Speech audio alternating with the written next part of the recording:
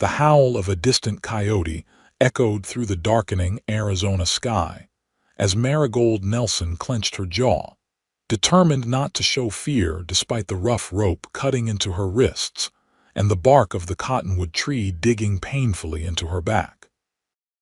It was 1876, and the once promising journey west to start a new life had turned into a nightmare when the stagecoach was ambushed just outside Tucson. "Ain't no one coming for you, missy," sneered the taller of the two outlaws, a man with a pockmarked face who called himself Rattlesnake. He spat a stream of tobacco juice that landed inches from her dusty boots. "That fancy jewelry of your mama's will fetch a fine price in Nogales." Marigold's eyes burned with unshed tears at the mention of her mother's heirloom pieces, all she had left after burying both parents back east in Baltimore.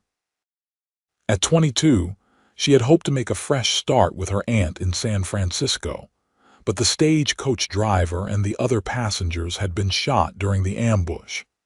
Only she remained alive, a bargaining chip the outlaws decided to keep for their amusement or perhaps ransom. "The boss will decide what to do with you tomorrow," said the second outlaw, a younger man with a burned scar across his cheek. "Best hope he's in a generous mood." As the outlaws settled by their campfire 30 yards away, Marigold tested the ropes again. The hemp bit deeper into her already raw skin. The April night was growing colder, and her thin traveling dress provided little protection against the desert chill. She wondered if she would survive to see the dawn. Hours passed. The outlaws' laughter grew louder as they passed a whiskey bottle between them. Eventually, their voices tapered off as they slumped into drunken sleep.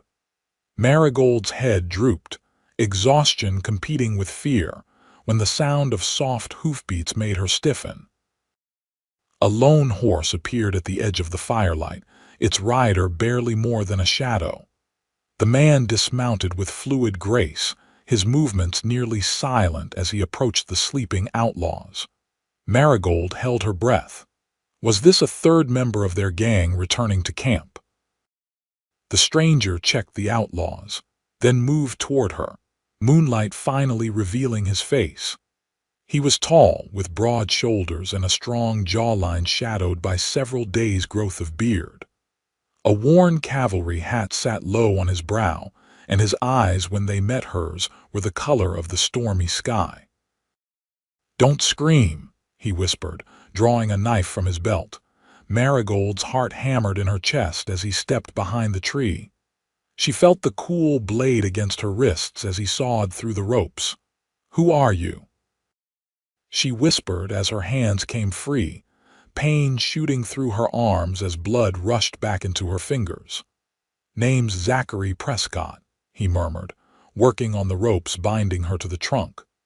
"Most folks call me Zach. Was tracking these two after they raided a ranch near Tucson." He paused as one of the outlaws grunted and turned in his sleep. "Hold still. Almost done." When the last rope fell away, Marigold nearly collapsed as her legs buckled beneath her. Strong arms caught her before she hit the ground. "Easy now," Zach said softly, supporting her weight. "Can you walk?"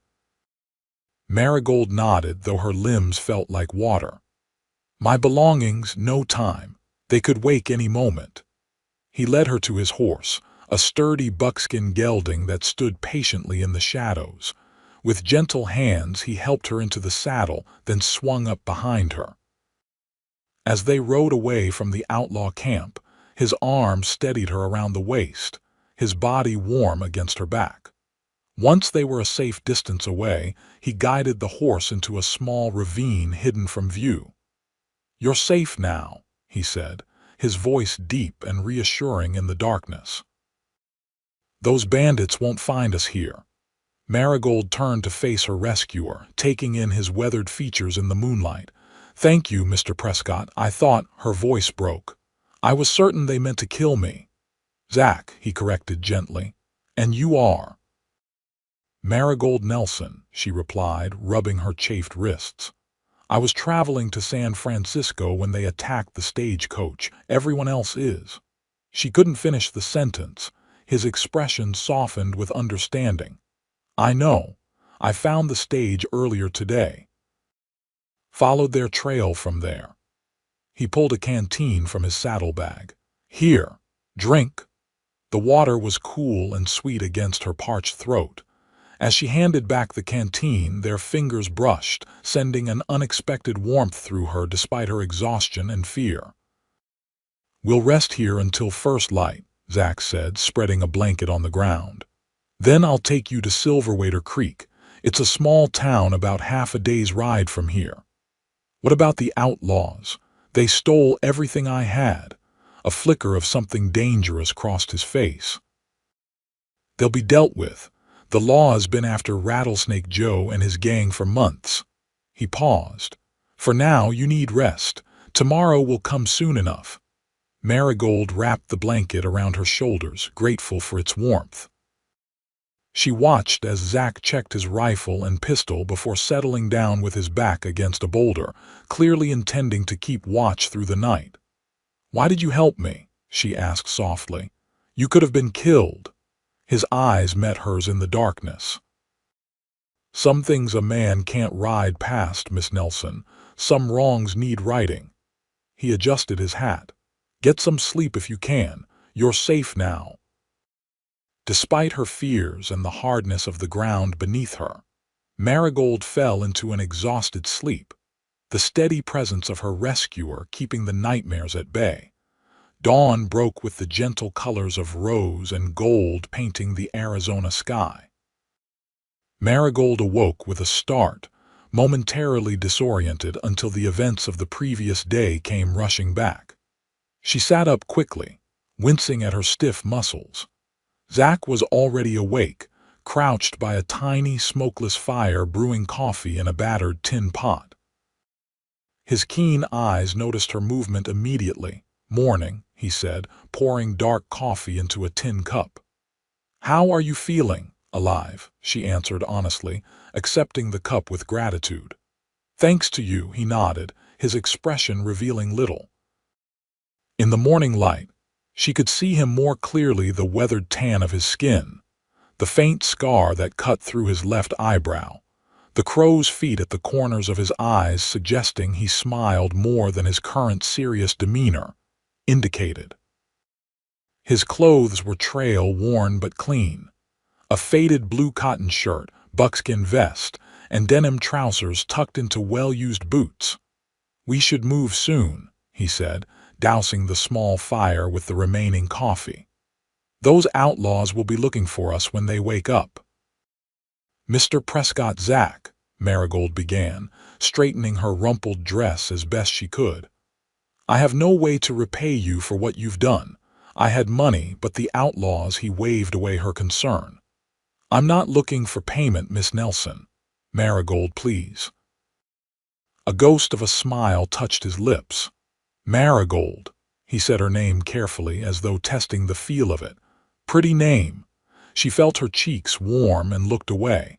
"It was my grandmother's. My mother always said I bloomed bright like my namesake." Zach packed his meager supplies efficiently. "We need to cover as much ground as possible before the day gets too hot. Silverwater Creek has a decent hotel where you can rest properly." "And then what?" The question slipped out before she could stop it, the reality of her situation crashing down upon her. She was alone in unfamiliar territory, without money or possessions, her plans in ruins. Zach paused, studying her face. "One step at a time. First, we get you somewhere safe, then we can figure out the rest." He offered his hand to help her up. "Ready to ride." His calloused palm was warm against hers as she stood, and for a moment they remained that way, connected by that simple touch. Marigold felt a curious fluttering in her chest before he released her hand and turned to his horse. They rode in companionable silence as the sun climbed higher. Zachary sat behind her in the saddle, his arms on either side as he held the reins, creating a cocoon of safety she hadn't felt since leaving Baltimore. Despite the circumstances, she found herself noticing the strength in his forearms, the clean scent of his skin beneath the trail dust. "Have you been a lawman long?" she asked, breaking the silence. He hesitated. "I'm not exactly a lawman, madam, not anymore." "Oh," she twisted slightly to see his face. "What are you, then?" "Just a man trying to make things right where I can." His expression closed, and she sensed there was much he wasn't saying. "I used to ride with the Arizona Rangers, but these days I work alone, hunting outlaws, sometimes." His voice was measured. "Mostly I take odd jobs, ranch work, guiding travelers, tracking lost cattle. But when word reached me about Rattlesnake's gang hitting homesteads and stage coaches, I couldn't sit idle." "That's very noble," Marigold said softly. He made a noncommittal sound. "Not noble, necessary." By midday, the heat had become oppressive. They stopped at a small creek to rest the horse and replenish their water. Marigold sank gratefully onto a flat rock in the shade of a cottonwood, similar to the one she'd been tied to the night before. The memory made her shudder. Zach noticed. "We're well away from them now," he assured her, misreading her reaction. "About 2 hours more to Silverwater Creek." "It's not that." She touched the raw marks on her wrists. "I keep thinking about what might have happened if you hadn't come along." He knelt beside the creek, splashing water on his face. "But I did." "How did you find me?" "I've been tracking Rattlesnake's gang for weeks," he explained, refilling the canteen. "When I came across the stagecoach." He paused, his expression grim. "I buried the others proper, madam." Said words over them. Tears pricked at Marigold's eyes. "Thank you for that kindness." Found signs they'd taken a prisoner, followed their trail. He shrugged as if it were that simple, but Marigold knew it was anything but. "You risked your life for a stranger." Zach's eyes met hers, startlingly blue against his tanned skin. Seemed like the right thing to do. Something passed between them in that moment, an understanding, perhaps, or the first fragile thread of connection. Marigold looked away first, suddenly conscious of her disheveled appearance. "I must look a fright," she murmured, attempting to smooth her tangled hair. A smile tugged at the corner of his mouth. "You look like a woman who survived an ordeal that would have broken most." His words warmed her more than they should have. She dipped her hands in the cool creek water and washed her face, wishing she had a comb, a clean dress, any of the simple comforts she'd taken for granted before. "Ready to continue?" Zach asked, already preparing the horse. The remaining journey passed more quickly as Marigold told him about her life in Baltimore, her parents' untimely deaths from influenza, and her decision to join her mother's sister in San Francisco, where Aunt Cordelia ran a successful millinery shop. "I've never been that far west," Zach commented as the outlines of a small settlement appeared in the distance. "Heard San Francisco is quite a city, though." "And now I may never see it," Marigold said quietly. He guided the horse around a bend in the trail. "Don't give up so easily, Miss Nelson. You've come this far." Silverwater Creek proved to be little more than a wide spot in the road, a dusty main street lined with a general store, a small bank, a saloon, the promised hotel, and a smattering of other businesses. Still, after her ordeal, it looked like paradise to Marigold. Zach helped her dismount in front of the 2-story hotel, his hands gentle at her waist. "Wait here," he said, securing the horse to the hitching post. "Let me arrange a room for you." She watched as he disappeared inside, suddenly afraid to be alone even in this seemingly peaceful town. Several passers-by glanced curiously in her direction, no doubt noting her disheveled appearance. She straightened her spine, determined not to appear as vulnerable as she felt. When Zach emerged from the hotel, he was accompanied by a plump woman with kind eyes. "This is Mrs. Lambert," he introduced. "She owns the hotel and has a room ready for you." "You poor dear," Mrs. Lambert said, taking in Marigold's condition. "Mr. Prescott told me what happened. Come inside, we'll get you settled." Marigold turned to Zach. "You're not leaving, are you?" "I need to let the sheriff know about the stagecoach and the Outlaws," he said. "But I'll be back. Mrs. Lambert will take good care of you." Something in his steady gaze reassured her. "Thank you again." "Rest well, Marigold," he said, tipping his hat before turning toward the sheriff's office down the street. Mrs. Lambert led her into the modest hotel lobby. "Mr. Prescott explained your situation, that those outlaws took everything. He's paid for your room and meals for 3 days." Marigold's eyes widened. "He did, but he hardly knows me." The older woman smiled knowingly. "That's the kind of man Zachary Prescott is, honey. Doesn't say much, but his actions speak volumes. Now let's get you a hot bath and some clean clothes. I have a daughter about your size who'd be glad to lend you a dress until we can sort something out." The promised bath was heaven. Marigold soaked until the water cooled, washing away the dust and fear of the past day. Mrs. Lambert's daughter's dress was a simple blue calico that fit well enough, and the older woman even provided a hairbrush and some pins. Later, feeling more human, Marigold ventured downstairs to the small dining room. She had just started on a bowl of beef stew when Zach entered. He'd clearly taken time to clean up as well.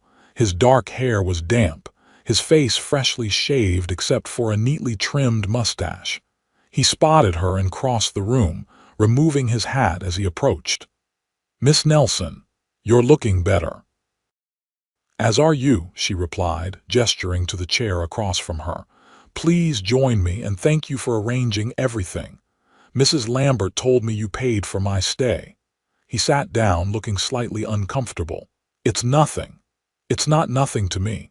She met his eyes directly. "What did the sheriff say about the outlaws?" "He's sending a telegram to Tucson.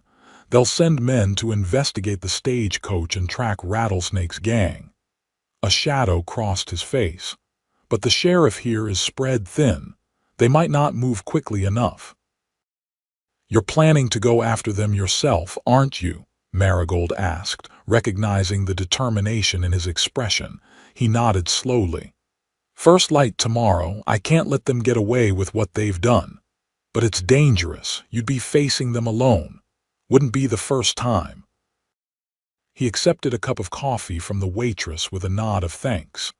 "Besides, they have something that belongs to you." Marigold's hand went involuntarily to her throat, where her mother's locket should have been. "My mother's jewelry isn't worth your life, Mr. Prescott." "Zach," he reminded her. "And it's not just about the jewelry. Men like that will keep hurting innocent people unless someone stops them."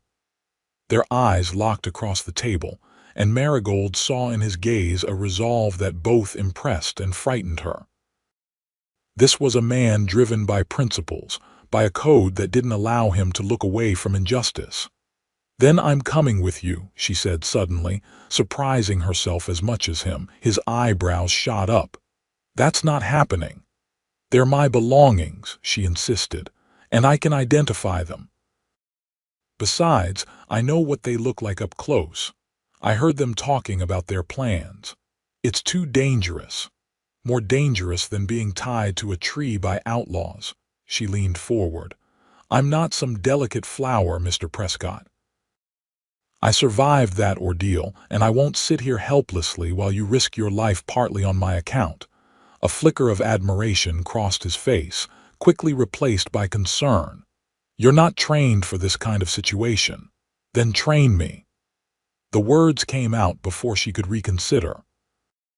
"At least teach me to defend myself. If you leave me here alone, what's to stop Rattlesnake and his friend from finding me again?" Zach fell silent, studying her with those penetrating blue eyes. Finally, he sighed. "You're either the bravest or the most foolhardy woman I've ever met, Miss Nelson." "Probably a bit of both," she admitted with a small smile. "And it's Marigold, remember. A reluctant smile touched his lips. Marigold, all right, I'll teach you some basics of self-defense, but that doesn't mean you're coming with me when I track them down. It was a start, and Marigold knew better than to push further for now. They finished their meal discussing more neutral topics: the town, the territory, the changes sweeping across the West as railroads pushed ever farther into once isolated regions. As they parted for the night at the bottom of the stairs leading to the guest rooms, Zach paused. "Meet me behind the hotel at sunrise. Wear something you can move in easily, and don't expect me to go easy on you just because you're a lady." Marigold lifted her chin. "I wouldn't respect you if you did." Something flickered in his eyes, surprise, perhaps, or appreciation. "Good night, Marigold." "Good night, Zach." As she climbed the stairs to her room, Marigold wondered at her own boldness. Less than 2 days ago, she had been a proper Boston-raised young woman, headed for a respectable life with her aunt in San Francisco.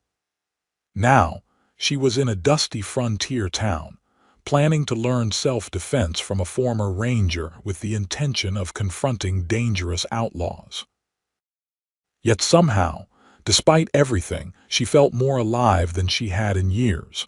Morning arrived with the soft golden light that precedes sunrise. Marigold had slept fitfully, her dreams filled with shadowy figures and the sensation of being bound and helpless. She rose quickly, splashed cold water on her face, and dressed in the simplest of the borrowed garments: a split skirt that Mrs. Lambert's daughter used for riding, and a plain shirtwaist. The air was cool as she slipped out the back door of the hotel. Zach was already waiting, his tall figure silhouetted against the lightening sky. He wore the same clothes as the previous day, with the addition of a gunbelt at his hip. "You came," he said, sounding faintly surprised. "Did you think I wouldn't?" He shrugged. "Most women I've known would have reconsidered after a night's sleep in a comfortable bed. I'm not most women." A smile tugged at his mouth. "I'm beginning to see that." He gestured toward a small clearing behind the stables. "Let's begin before the town wakes up. We'll have more privacy." For the next hour, he taught her basic defensive moves: how to break free from different holds, where to strike to cause maximum pain with minimum effort, how to use an attacker's weight and momentum against them. He was a patient teacher, firm but never condescending, and Marigold proved to be a quick study. "You're doing well," he said as they paused for a break. "But remember, your best weapon is surprise. Most men won't expect a woman to fight back." Marigold nodded, pushing a loose strand of hair from her flushed face. "Like the Outlaws didn't expect you to come for me." His expression turned serious. "About that, I still don't think you should come with me." "I understand your concern," she said, choosing her words carefully. "But consider this: if I stay here alone and they come looking for me while you're gone, what then? At least with you, I'd have protection and a fighting chance." Zach frowned, clearly torn. "You make a fair point. Besides," she added, "you said yourself that the sheriff is understaffed. 2 sets of eyes are better than one when tracking." He studied her for a long moment. "You're determined, aren't you? As determined as you are to go after them." He sighed, running a hand through his dark hair. "All right. But you follow my lead. Do exactly as I say, and at the first sign of real trouble you get to safety. Deal. Deal."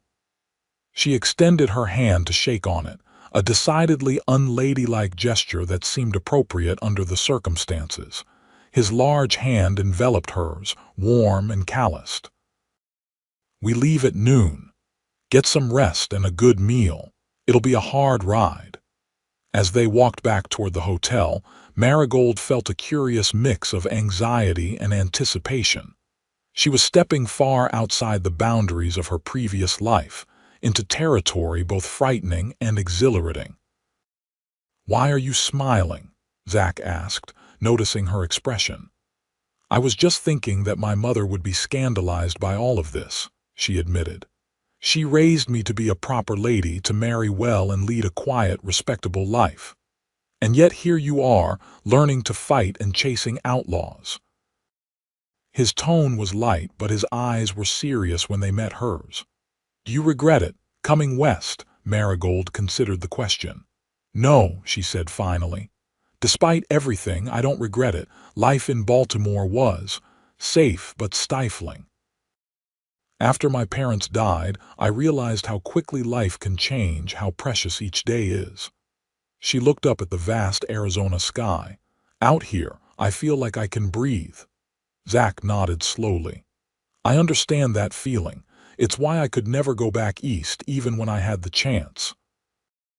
"You lived in the East, born in Pennsylvania. My father was a doctor. He wanted the same for me, sent me to school in Philadelphia." A wry smile crossed his face. "It didn't take." Marigold tried to imagine Zach in a city doctor's office and failed. "What brought you west?" "The war, initially." His expression darkened. "Served with the Union cavalry. Afterward, I couldn't settle back into civilian life there. Too many ghosts." He shrugged. "Came west with the army, then joined the Rangers when my enlistment ended." "And now?" she asked softly. "Now I go where I'm needed," he said simply. "Try to do some good where I can." They had reached the hotel's back entrance. Marigold turned to face him, suddenly aware of how much she wanted to know more about this complex, honorable man. "Thank you for the lessons," she said, "and for agreeing to let me come with you." "Don't thank me yet," he warned. "The trail ahead won't be easy." "Few worthwhile things are," she replied, meeting his gaze steadily. Something shifted in his eyes, then a flicker of admiration, perhaps, or something warmer. But he merely nodded and tipped his hat. "Noon, Miss Nelson." "I'll be waiting out front with the horses." "Horses, plural?" she asked, raising an eyebrow. "You didn't think we'd both ride Samson again, did you? I've arranged to borrow a mare from the livery." His mouth quirked. "Unless you'd prefer to continue sharing a saddle." Heat rose in Marigold's cheeks at the memory of riding pressed against him. "A separate horse will be fine, thank you."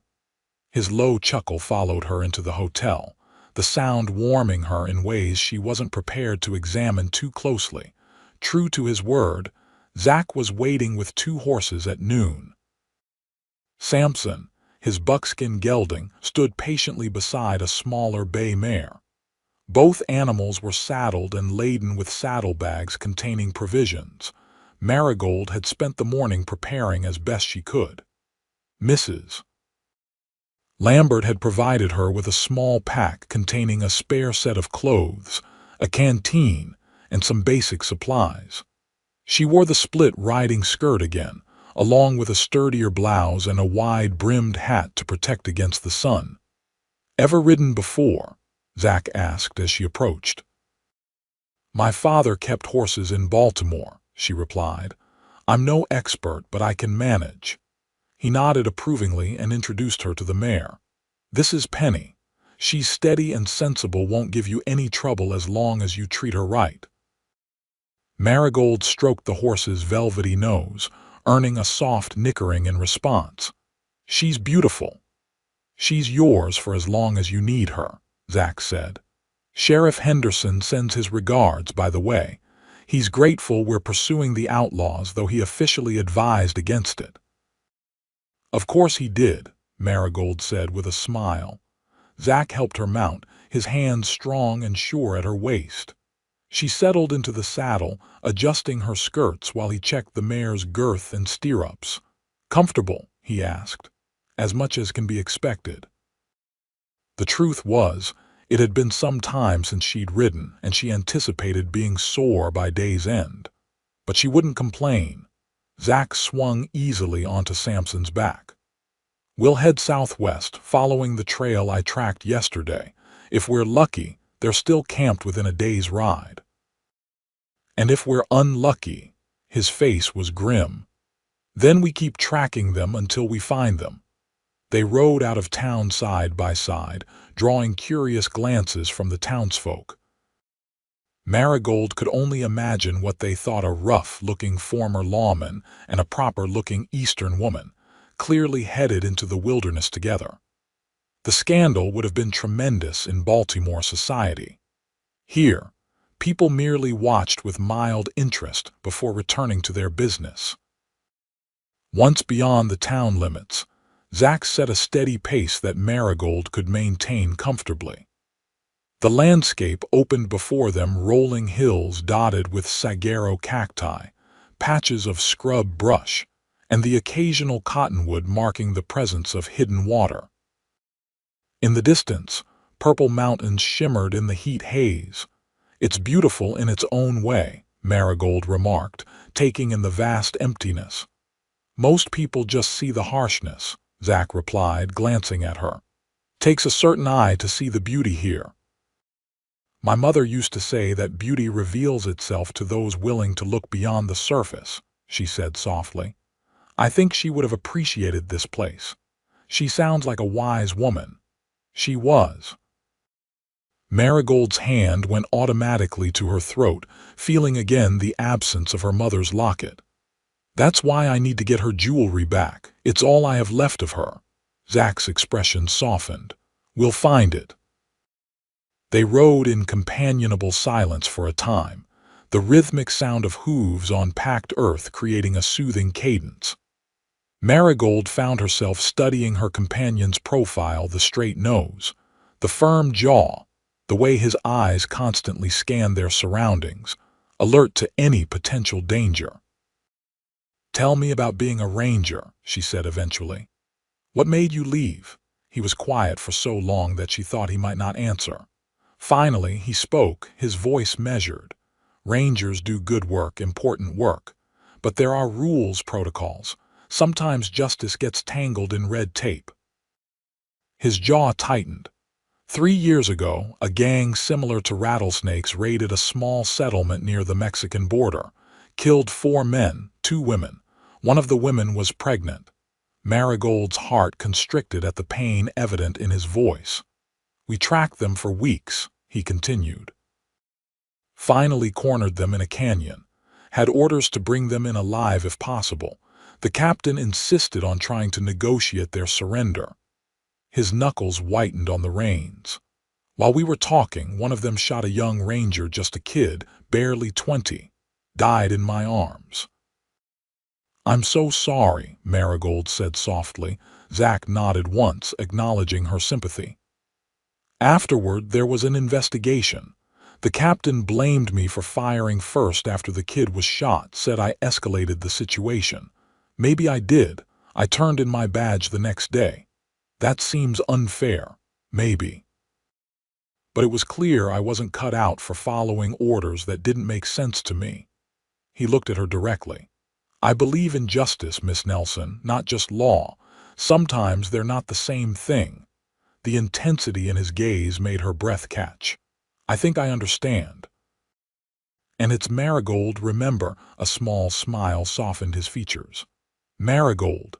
He pronounced it with care, as though savoring the syllables. "Suits you." She blushed and looked away, focusing on the trail ahead. "How much farther do you think they are?" "Hard to say. The sign I found yesterday suggested they were heading toward the border, probably to fence your jewelry in Mexico." He pointed to a range of hills in the distance. "If they maintain their pace, they might be camped somewhere in those foothills tonight." As the afternoon wore on, the heat became more intense. They stopped occasionally to rest the horses and drink from their canteens. Zach proved to be knowledgeable about the desert, pointing out plants that contained moisture and identifying the few animals that ventured out in the midday sun. Marigold found herself increasingly impressed by his competence and quiet strength. Unlike many men she had known in Baltimore, who measured their worth by their wealth or social connections, Zach's value lay in his actions, his principles, his unwavering sense of right and wrong. "What will you do after we catch the outlaws?" she asked during one of their rest stops. He shrugged, adjusting Samson's saddle. "Haven't thought that far ahead. Find another job, I suppose. There's always work for a man who can shoot straight and doesn't mind hard labor. And what about you? He asked, turning the question back to her. Still planning to go to San Francisco? I suppose I must, she said, though the prospect suddenly seemed less appealing than it had before her ordeal. My aunt is expecting me, and I have nowhere else to go. Zach seemed about to say something more, but instead turned his attention to the horizon. We should keep moving. I want to reach those hills before sundown. They mounted up again and continued their journey. As the afternoon shadows lengthened, Marigold noticed Zach becoming increasingly alert, his hand occasionally dropping to the revolver at his hip as he scanned the terrain. Something wrong? She asked, sensing his tension. Not sure, he admitted. Just a feeling, like we're being watched. Marigold's skin prickled with apprehension. The Outlaws, or someone else. This is Apache territory. He guided Samson closer to her mare. Stay close and keep your voice down. They proceeded more cautiously, Zach leading them on a less direct route that took advantage of whatever cover the sparse landscape offered. The sun was low in the western sky, casting long shadows across the desert floor, when Zach suddenly raised his hand, signaling her to stop. He dismounted silently and helped her down from Penny. Wait here with the horses, he whispered, drawing his rifle from its scabbard. I'll be right back. Before she could protest, he moved forward in a half-crouch, disappearing among the rocks and brush. Marigold waited anxiously, one hand on Penny's bridle, the other clutching Samson's reins. The only sounds were the soft shuffling of the horses and her own rapid breathing. Several tense minutes passed before Zach returned, his expression grim. Found their camp, he said quietly. They're in a small box canyon about a quarter-mile ahead. 3 men, not 2. 3. Marigold's heart sank. I only saw 2 rattlesnake and the one with the burned scar. Looks like they met up with someone, probably the boss they mentioned. He guided her to a boulder where they could sit while he considered their options. We need to wait until nightfall. They'll be less alert after they've had their supper and liquor. What's the plan?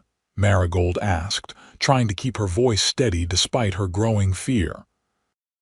Zach studied her face, clearly weighing how much to share. I'll approach the camp after dark. With luck, I can retrieve your belongings without confrontation. And if luck isn't with you, his eyes hardened, then I do what needs doing. The implication was clear, and Marigold felt a chill that had nothing to do with the cooling evening air. And my role in all this? You stay with the horses, hidden. If you hear gunfire and I don't return within 10 minutes, you ride hard for Silverwater Creek. He placed a hand on her shoulder. Promise me that, Marigold. No heroics. She wanted to argue, to insist on helping, but the resolute set of his jaw told her it would be futile. I promise. They led the horses to a small depression hidden from view of the canyon where the animals could be safely tethered. Zach unpacked some jerky and hardtack for their supper, along with a small flask of whiskey that he offered to Marigold. For your nerves, he explained when she hesitated. Just a sip. The liquor burned her throat, but spread a welcome warmth through her body. They ate in silence as darkness gradually claimed the desert. Stars appeared one by one until the sky was a magnificent tapestry of light against the velvet blackness. It's time, Zach said finally, checking his weapons one last time. Remember, if you hear shots and I don't come back, don't wait. Ride for town. Marigold caught his arm as he turned to go. Be careful, she whispered. Please. In the starlight, his eyes were dark and unreadable. For a heart-stopping moment, she thought he might pull her close. But he merely nodded and slipped away into the shadows, leaving her alone with the horses and her racing thoughts. Time seemed to crawl as Marigold waited, straining her ears for any sound from the direction of the outlaw camp. The desert night was surprisingly loud, the whisper of wind through the brush, the occasional cry of a night bird, the distant yip of a coyote. She tried to focus on those natural sounds, to let them calm her, but her mind kept conjuring images of what might be happening. Zack discovered by the outlaws, outnumbered, wounded, or worse. She closed her eyes, saying a silent prayer for his safety. Then, abruptly, the night erupted in sound, the sharp crack of a gunshot, followed by two more in rapid succession. Marigold's heart leapt to her throat. She counted seconds, then minutes, trying to remember Zack's instructions. 10 minutes. If he didn't return in 10 minutes, she was to flee. 7 minutes passed. 8, 9. The sound of approaching footsteps made her reach for the small knife Zack had given her earlier. She pressed her back against a boulder, prepared to defend herself if necessary. Marigold, Zack's voice, low but urgent, relief flooded through her. Here, she called softly. He appeared from the darkness, moving quickly but without panic. In one hand he carried a small leather pouch. We need to go now. What happened? I heard shots. They spotted me as I was leaving their camp. He thrust the pouch into her hands. Your jewelry, I think. Check it quickly. With trembling fingers, Marigold opened the pouch and emptied the contents into her palm. In the faint starlight, she could make out her mother's gold locket, a pair of pearl earrings, and a small diamond brooch, all the precious keepsakes she had carried from Baltimore. It's all here, she breathed. Thank you. Thank me when we're safely away, he said, already moving toward the horses. The good news is I only had to deal with Rattlesnake and one other. The third man was gone, probably scouting or hunting. Did you? She couldn't finish the question. Rattlesnake took a bullet in the shoulder. The other one ran. He helped her mount Penny with efficient haste. But they'll regroup and come after us. We need to put distance between us and them before dawn. They rode hard through the night, Zack setting a pace that pushed both horses and riders to their limits. The moon provided just enough light to navigate the rough terrain. Marigold clung to her saddle, her muscles screaming in protest, but she made no complaint. The alternative, being caught by vengeful outlaws, was too terrible to contemplate. Eventually, as the eastern sky began to lighten with the first hint of dawn, Zack signaled a halt beside a shallow stream. The horses drank gratefully while he scouted the surrounding area. We should be safe for a short rest, he said, returning to where Marigold sat on a flat rock, massaging her sore legs. No sign of pursuit yet. Where are we? She asked, accepting the canteen he offered. About halfway back to Silverwater Creek, but I've taken us on a roundabout route. He crouched beside her. How are you holding up? I'll survive, she said with a wan smile, though I may not be able to walk tomorrow. His expression softened with concern. You've been brave, Marigold, braver than most. Something in his tone made her look up. Their eyes met and held in the gray light of early morning. For a suspended moment, the danger, the discomfort, everything fell away except the connection between them. Then a distant sound, the crack of a breaking branch, shattered the moment. Zack was on his feet instantly, rifle in hand. Mount up, he ordered quietly. Someone's coming. They were back in their saddles within seconds, Zack leading them away from the stream and into a stand of mesquite trees that offered some cover. They hadn't gone 50 yards when a shot rang out, the bullet splintering bark from a tree trunk inches from Marigold's head. Ride, Zack shouted, spurring Samson into a gallop. Penny needed no encouragement to follow, and Marigold bent low over the mare's neck as they raced across open ground toward a rocky outcropping. More shots followed, but none came as close as the first. They reached the rocks, and Zack dismounted quickly, pulling Marigold from her saddle. Stay down, he ordered, positioning her behind a large boulder. They're coming fast. Through a gap between the rocks, Marigold could see 3 riders approaching Rattlesnake, his arm in a crude sling, the man with the burned scar, and a third man she didn't recognize. All were armed and clearly intent on revenge. "It's all 3 of them," she whispered, fear clenching her stomach. Zack nodded grimly, checking his rifle. "I count 6 bullets here, 12 in my revolver. Should be enough." "Enough to do what?" He met her eyes steadily. "To make sure you get away safely." Before she could respond, he raised his voice to call out to the approaching outlaws. "That's far enough. Next man who comes closer gets a bullet." The riders stopped about 100 yards away. The third man, clearly the leader from his bearing, shouted back. "You've got something that belongs to us, Prescott." "Nothing here belongs to you, Blackburn," Zack replied, surprising Marigold with his apparent knowledge of the outlaw leader. "Ride away while you still can." Rattlesnake's voice joined in. "We ain't leaving without the girl and the jewels, lawman. There's 3 of us and 1 of you." Marigold felt a cold dread settle over her. They wanted her, not just her mother's jewelry. The implications were too terrible to contemplate. "What do they want with me?" she whispered.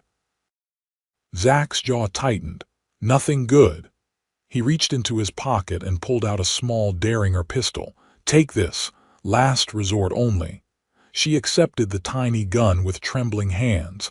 "I don't know if I could actually shoot someone. Hope you don't have to find out." His eyes were intense as they met hers. "Marigold, listen to me. Whatever happens in the next few minutes, when I tell you to run for the horses, you go. No arguments." "I'm not leaving you," she protested. "Yes, you are." His voice brooked no argument. "I didn't pull you from that tree just to watch you die here."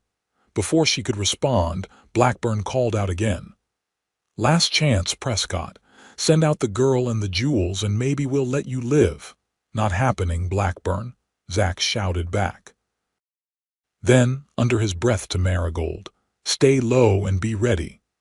Without warning, he rose slightly and fired 3 rapid shots.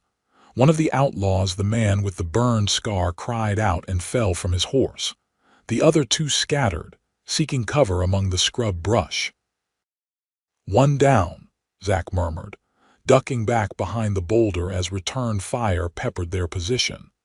The exchange of gunfire continued for several minutes, neither side gaining a clear advantage. Marigold pressed herself against the rock, heart pounding, the small Derringer clutched in her sweating palm. A sudden cry of pain made her look up. Zack staggered backward, clutching his left arm where a dark stain was spreading rapidly across his sleeve. "You're hit." She gasped, moving toward him. "It's nothing," he grunted, though his face had gone pale. "Just a graze." But Marigold could see it was more than a graze. Blood flowed freely between his fingers as he tried to maintain pressure on the wound. "Let me help," she insisted, tearing a strip from her petticoat to create a makeshift bandage. As she worked to bind his arm, the shooting temporarily ceased. The sudden silence was almost more unnerving than the gunfire had been. "They're trying to flank us," Zack said through gritted teeth. "We've got to move." "You're in no condition, no choice," he interrupted, checking his revolver with his good hand. "Listen carefully. I'm going to provide covering fire. You make a run for the horses, ride hard for that ridge to the north. Don't stop for anything." Marigold tied off the bandage, her hands surprisingly steady despite her fear. "And you'll follow." His eyes met hers, and in that moment, she saw something there that made her heart twist to tenderness, a regret for things unsaid, opportunities missed. "I'll be right behind you," he promised, though something in his voice told her he didn't fully believe it himself. She made a sudden decision, driven by the very real possibility that these might be their final moments together. Leaning forward, she pressed her lips to his in a brief, fierce kiss. "For luck," she whispered as she pulled away, seeing the surprise in his eyes.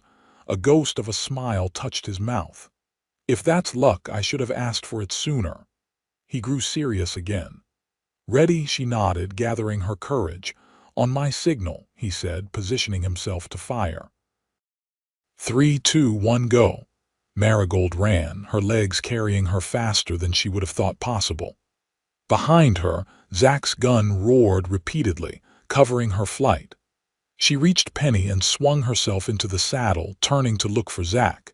He was running toward her, firing backward as he came. Then, horrifyingly, he stumbled and fell to one knee. In that moment of vulnerability, Rattlesnake appeared from behind a rock. Taking careful aim, without conscious thought, Marigold raised the derringer and fired. The tiny gun bucked in her hand, and Rattlesnake lurched backward, clutching his chest in apparent disbelief before collapsing. Zach stared at her in amazement for a split second before continuing his run toward the horses. He mounted Samson with difficulty, his wounded arm clearly causing him significant pain. "Ride," he commanded, and they spurred their horses northward, away from the remaining outlaw. They galloped flat out for nearly a mile before Zach signaled a slower pace to spare the horses. Only then did the full impact of what she had done hit Marigold. "I shot a man," she said numbly. "I actually shot a man." Zach guided Samson closer to her mare.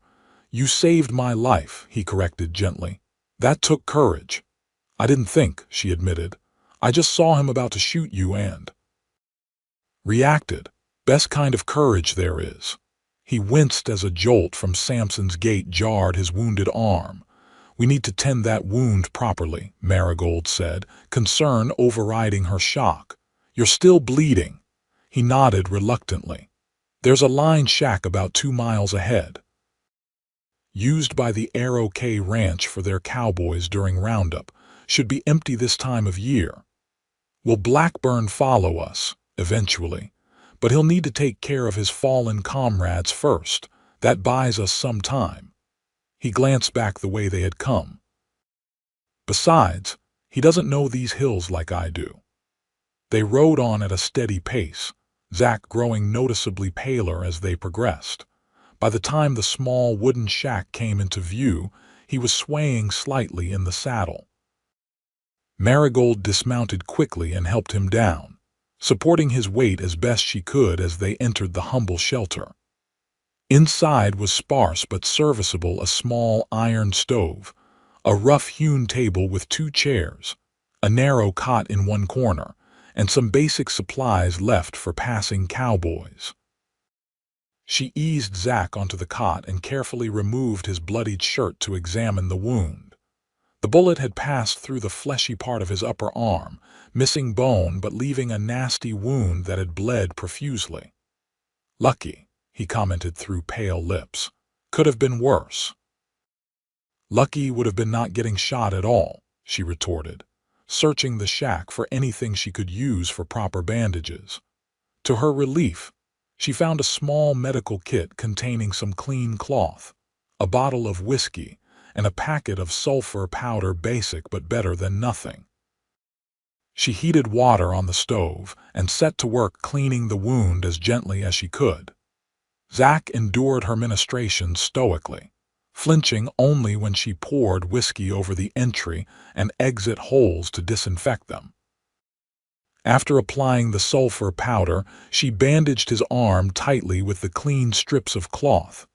"You've done this before," he observed, watching her efficient movements. "My father was a doctor," she explained. "I often assisted him with minor injuries. Though I'll admit, bullet wounds weren't common in our Baltimore practice." That earned a small smile from him. "You're full of surprises, Marigold Nelson." She finished tying off the bandage and sat back to examine her work. "It should hold, but you've lost a lot of blood. You need rest." "No time for that."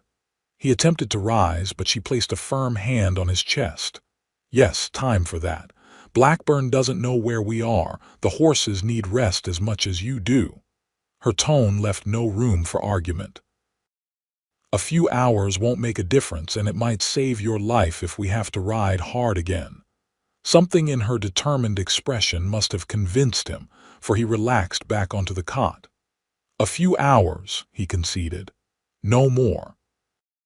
"I'll keep watch," she promised, moving to check that the horses were securely tethered outside. When she returned, Zach's eyes were closed, his breathing steady.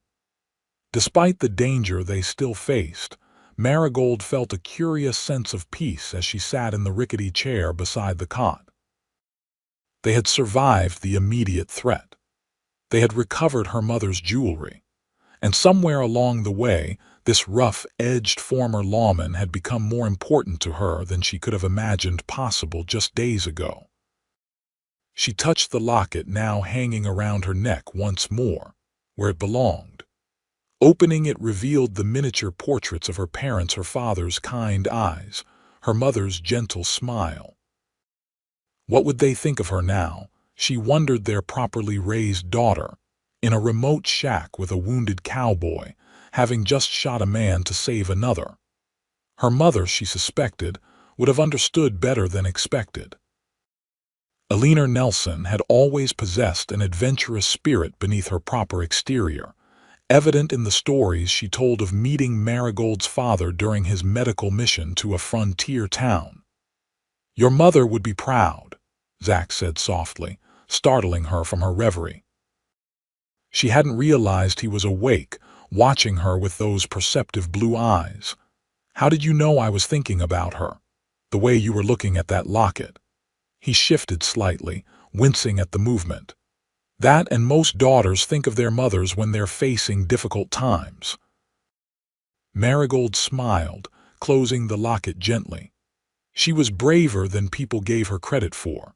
My father always said she had the heart of a lioness beneath her proper manners." "Sounds like someone else I know," Zach remarked, a warmth in his voice that made her heart skip.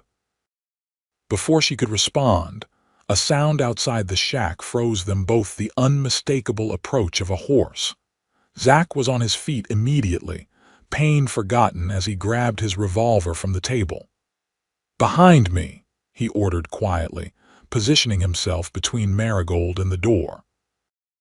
They waited in tense silence as the hoofbeats drew closer, then stopped outside the shack.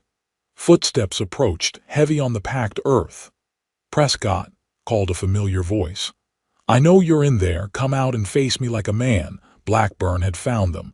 Zach's expression hardened. "Stay here," he whispered to Marigold. "No matter what happens." Before she could protest, he called back to the outlaw. "Just me and you then, Blackburn. No more hiding behind your men. They're dead because of you," came the bitter reply. "Seems fitting you should join them." "I'm coming out," Zach announced. "Let's finish this." "No," Marigold hissed, grabbing his arm. "You're injured. You can't." He silenced her with a look of such tenderness it took her breath away. "Trust me," he murmured, gently removing her hand from his arm. "Whatever happens, know that meeting you has been worth everything that came before." With that enigmatic statement, he moved to the door, revolver ready in his right hand while his injured left arm hung at his side. Marigold watched in horror as he stepped outside to face Blackburn.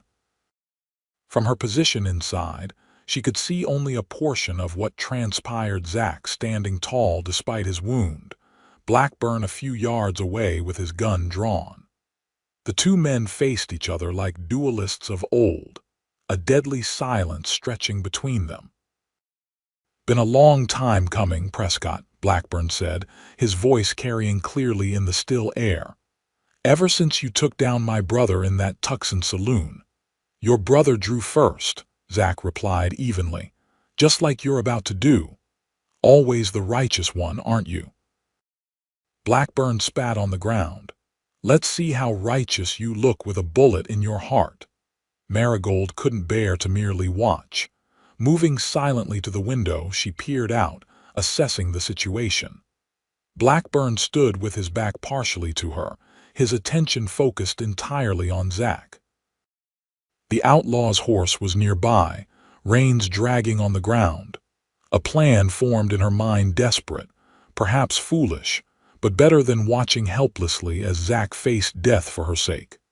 Slipping to the back door of the shack, she eased it open and stepped outside. "You won't walk away from this one, Prescott," Blackburn was saying as she crept along the side of the shack. "I've waited too long for this moment." "Then stop talking and do something about it," Zack challenged, his gaze steady on the outlaw, giving no indication he was aware of Marigold's movement. Blackburn's hand twitched toward his holster. In that crucial second of distraction, Marigold darted forward and seized the reins of his horse, slapping the animal hard on its flank. The startled horse reared and bolted, nearly trampling Blackburn in the process. The outlaw whirled in surprise, momentarily forgetting Zack a fatal mistake. Zack's revolver barked once, and Blackburn staggered, a look of disbelief crossing his face before he crumpled to the ground. In the sudden silence that followed, Marigold stood frozen, the echo of the gunshot still ringing in her ears. Zack approached the fallen outlaw cautiously, kicking his gun away before checking for signs of life. "He's done," he said simply, turning to Marigold with an expression that mingled relief, admiration, and something deeper that made her heart race. "That was either the bravest or the most foolhardy thing I've ever seen." "You said something similar when I insisted on coming with you," she reminded him, her voice steadier than she felt. "I believe your exact words were the bravest or the most foolhardy woman I've ever met." A smile broke across his face, transforming his features. "I stand by that assessment." The tension of the moment dissolved, replaced by the simple, overwhelming joy of survival. Without thinking, Marigold closed the distance between them and threw her arms around his neck, mindful of his injured arm. Zack's good arm encircled her waist, pulling her close. "We made it," she whispered against his shoulder. "It's over." "Thanks to you," he murmured into her hair. "I don't know many men, let alone women, who would have had the courage to do what you just did." She pulled back slightly to look into his face, suddenly aware of their intimate embrace. His eyes were intent on hers, filled with warmth and a question he seemed hesitant to ask. "Marigold," he began, his voice rougher than usual. "I know we've only known each other a few days, but whatever he intended to say was lost as his legs suddenly buckled. Loss of blood and the exertion of the confrontation had finally taken their toll. Marigold barely managed to help him back inside to the cot, worry replacing the moment's elation. "You need proper medical attention," she said firmly, checking his bandage to find fresh blood seeping through. "We have to get to town." "After I rest," he insisted weakly. "Just an hour or two." This time, she didn't argue. His color was alarmingly poor, his forehead beaded with sweat despite the coolness of the shack. She rewrapped his wound as best she could, then sat beside him, holding his hand as he drifted into an uneasy sleep. The next few hours passed in anxious vigilance. Marigold tended to Zack, keeping his fever at bay with cool compresses. When he was stable enough to travel, she helped him mount Samson, then secured Blackburn's horse for herself, leaving Penny tethered at the shack for the ranch hands to find. The journey back to Silverwater Creek was slow and arduous. Zack, despite his weakened state, insisted they take time to bury Blackburn properly, not for his sake, he explained, but for our own. By late afternoon, the small town appeared on the horizon, a welcome sight after their ordeal. They rode directly to the doctor's house at the end of Main Street, where Dr. Wilson, a gruff but capable physician, immediately took charge of Zack's care. "You did a fine job with these bandages, young lady," he commented as he examined the wound. "Probably saved his arm, if not his life." "She has a habit of saving me," Zack remarked with a weak smile, his eyes finding Marigold's across the room. While the doctor worked, Marigold gave a brief account of their confrontation with the Outlaws to Sheriff Henderson, who had been summoned from his office. The lawman listened with growing amazement. "You two took down Rattlesnake Joe's entire gang?" he asked incredulously. "We've been after them for months." "Mostly him," Marigold said, nodding toward Zach. "I just helped a little." Zach's snort of disagreement was audible even from the examination table. "She shot one outlaw and outsmarted another. I'd say that's more than a little." The sheriff shook his head in wonder. "Well, there was a reward out for them, $500, which by rights belongs to you too." "That's very generous," Marigold began, but the sheriff waved away her thanks. "It's not generosity, madam. It's earned." He tipped his hat to her. "Now, if you'll excuse me, I need to send telegrams to Tucson and the Territorial Marshal's office. They'll want full reports." After the sheriff departed, Dr. Wilson finished treating Zach's wound, cleaning and stitching it properly before applying a fresh bandage. "You'll need to rest that arm for at least 2 weeks, he instructed. "No riding, no shooting, no heroics." Zach nodded solemnly, though a twinkle in his eye suggested he found the last restriction amusing. "Yes, sir. See that he follows orders," the doctor told Marigold as he packed away his instruments. "He strikes me as the type to push himself before he's ready." "I'll make sure he behaves," she promised, earning another smile from Zach. Once they were alone in the doctor's front parlor, a curious awkwardness fell between them. So much had happened in such a short time that Marigold hardly knew where to begin. "The sheriff mentioned a reward," she said finally, breaking the silence. $500, Zach nodded. "It's yours. Should be enough to get you to San Francisco in style, with some left over to start your new life there." "It's ours," she corrected. "You earned it as much as I did." "More, in fact." He shrugged his good shoulder. "I don't need much, never have." A question that had been nagging at her finally found voice. "What will you do now, when you're healed, I mean?" "Not sure," he admitted, studying her face. "Depends on certain factors." "What factors?" she asked, her heart suddenly beating faster. Zach rose from the examination table and crossed to where she stood. Despite his pallor and the obvious pain of his wound, he moved with the same fluid grace she had first noticed when he cut her free from the tree. "Marigold," he said, his voice low and serious. "Before I was interrupted by inconveniently passing out, I was about to say something important." She looked up into his face, hardly daring to breathe. "Yes. I know we've only known each other a short time. By all normal standards, it's far too soon for what I'm feeling." His good hand reached up to gently touch her cheek. "But these past few days have shown me more about you than years might have under ordinary circumstances. Your courage, your compassion, your spirit, they're extraordinary." Marigold's heart soared at his words, but she maintained her composure. "Are you saying what I think you're saying, Mr. Prescott?" A smile tugged at his mouth. "I'm saying that the thought of you continuing to San Francisco without me feels wrong. I'm saying that if you're willing, I'd like the chance to court you properly to see if what we've found in these extraordinary circumstances might flourish in ordinary days." Joy bubbled up within her, but practicality asserted itself. "What about your wandering ways? You said yourself you go where you're needed." "Maybe what I need has changed," he said simply. "Maybe I've been looking for something all these years without knowing exactly what it was." His eyes held her steadily. "Until I cut a beautiful, brave woman free from a tree and told her she was safe." Tears pricked at Marigold's eyes. "I think I'd like that chance very much, Zach Prescott." His smile broadened. "Then it's settled. Once I'm healed enough to travel, we can decide where to go.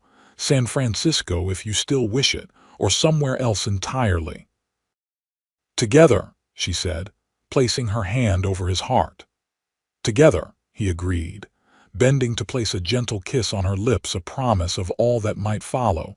3 weeks later, Marigold stood on the platform of the Silverwater Creek train station, watching as Zach secured their luggage. His arm was healing well, though he still wore it in a sling most days to prevent re-injury. The reward money for Rattlesnake's gang had indeed been paid in full, providing them with resources to begin their new life. After much discussion, they had decided to continue to San Francisco as originally planned. Marigold would visit her aunt as intended, while Zach had accepted a position with a private security firm that specialized in protecting gold shipments from the Comstock lode. But those practical matters, important as they were, felt secondary to the deeper change in their lives. Over the weeks of Zach's recovery, their bond had deepened, each day revealing new facets of the other to cherish. Marigold had written to her aunt, explaining the extraordinary circumstances of her delayed arrival and introducing Zach as her intended. Aunt Cordelia's reply had been swift and enthusiastic, expressing delight that her niece had found happiness and assuring them both of a warm welcome. "All aboard," called the conductor, interrupting her reflections. Zach appeared at her side, tucking their tickets into his vest pocket. "Ready for the next adventure, Miss Nelson?" She smiled up at him, taking his offered arm. "More than ready, Mr. Prescott." As they boarded the train that would carry them west, Marigold thought of the strange twists of fate that had brought them to this moment. How a terrifying ordeal being tied to a tree by outlaws had led to finding the man who would become the center of her world. The train whistle blew, wheels began to turn, and they settled into their seats side by side. Through the window, the dusty buildings of Silverwater Creek began to recede, giving way to the vast, beautiful wilderness beyond. "No regrets?" Zach asked quietly, taking her hand in his. Marigold shook her head, her mother's locket warm against her skin and her future bright before her. "None whatsoever." The train gathered speed, carrying them towards San Francisco and all that awaited them there. But Marigold knew that the greatest journey had already begun the moment a brave cowboy had cut her loose and said those simple words, "You're safe now." 3 years later, Marigold sat on the wide porch of their hillside home, watching the sun set over San Francisco Bay. The view never failed to take her breath away, the golden light on the water, the ships moving in and out of the harbor, the bustling city spreading below them. "Mama, look what I found." 5-year-old Alina came running up the steps, her dark hair flying behind her, a small shell clutched in her tiny hand. Though not their biological child, she had become theirs in every way that mattered when they adopted her after her parents' friends of Zach's died in a ferry accident the previous year. "It's beautiful, sweetheart," Marigold said, examining the pearlescent spiral with appropriate admiration. "Where did you find such a treasure?" "Papa showed me in the garden," Alina explained, her blue eyes so like Zach's sparkling with excitement. "He said it's from the time when the ocean covered everything, even our house." "Did he now?" Marigold smiled, glancing toward the garden where Zach was finishing his evening inspection of their vegetable patch. "Well, Papa knows many interesting things, doesn't he?" Alina nodded solemnly before skipping off to add the shell to her collection of special finds. Marigold watched her go, heart full of the unexpected joy this child had brought into their lives. "She's going to be a naturalist, that one," Zach commented, climbing the porch steps to join his wife. He was still lean and strong, though a few threads of silver had appeared at his temples. The years of steady work and family life suited him, softening some of his harder edges while preserving the essential strength and integrity that had first drawn her to him. "Like her father," Marigold teased, making room for him on the porch swing. "Always bringing home some curiosity from your travels." He settled beside her, his arm automatically going around her shoulders. "Speaking of travels, I received a telegram from the company today. They want me to supervise the new route to Sacramento. Is it dangerous?" She asked, though she knew he would tell her the truth regardless. Their relationship had been built on honesty from the beginning. "No more than usual," he assured her. "Less, perhaps, since it's well-patrolled territory." He paused, studying her face. "It would mean being home more regularly, though. No more long trips to Nevada or Idaho." Marigold smiled, placing her hand over his. "That would be wonderful news in any case, but perhaps especially now." His eyebrows rose questioningly. "Oh." She guided his hand to rest on her still flat stomach. "Dr. Wilson confirmed it yesterday. We're going to have a baby, Zach. Eleanor will have a little brother or sister come winter." Joy transformed his features as he pulled her into a gentle embrace. "Marigold," he whispered, his voice rough with emotion. "That's the best news I could imagine." They sat in contented silence for a moment, watching the last rays of sunlight gild the bay. From inside the house came the sound of Eleanor singing to herself as she arranged her shell collection. "Did you ever imagine this?" Marigold asked softly. "That night when you found me tied to that tree," Zach shook his head. "I was just focused on getting you to safety, but later when we were riding away together." He smiled at the memory. "I knew there was something special about you. Something I couldn't walk away from." "I'm glad you didn't," she said, leaning her head against his shoulder. "I can't imagine my life without you in it." "You'll never have to," he promised, pressing a kiss to her temple. As darkness fell, they remained on the porch, talking quietly of the future, the baby to come, Eleanor's education. The security company Zach was gradually building, the charity work Marigold had begun with her aunt for the city's orphan children. It was a life neither could have foreseen on that fateful night in the Arizona desert. A life built day by day from the ashes of danger and the seeds of courage. A life that began, in so many ways, with a simple act of rescue and 7 words that had changed everything. "You're safe now." And she was. They both were. Safe in the home they had created together, in the love that had begun in the most unlikely of circumstances, in the future they continued to build with each passing day. For Marigold and Zach Prescott, what had started with an outlaw's rope and a cowboy's knife had become something rare and precious, a love as vast as the western sky and as enduring as the mountains that had witnessed their beginning.